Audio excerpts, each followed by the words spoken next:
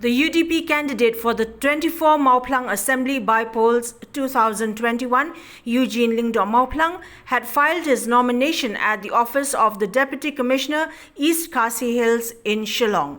The candidate was accompanied by his mother, family members and state party leaders LAHKMEN RYMBUI, TITOS CHYNE, JEMINO MAWTHOH, BALAJIED SYNREM, NUKOR SUNGOH and TEINWELL DKHAR.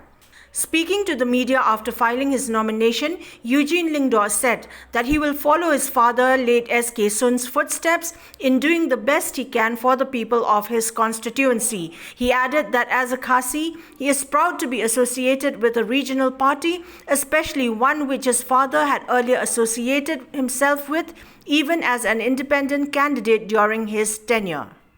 Kumba filai iya tu kasnya banga ai karai. Kipai bahi kila jet. Kipai bahi kila man nga bang nila ka bayangan kun naka UDP.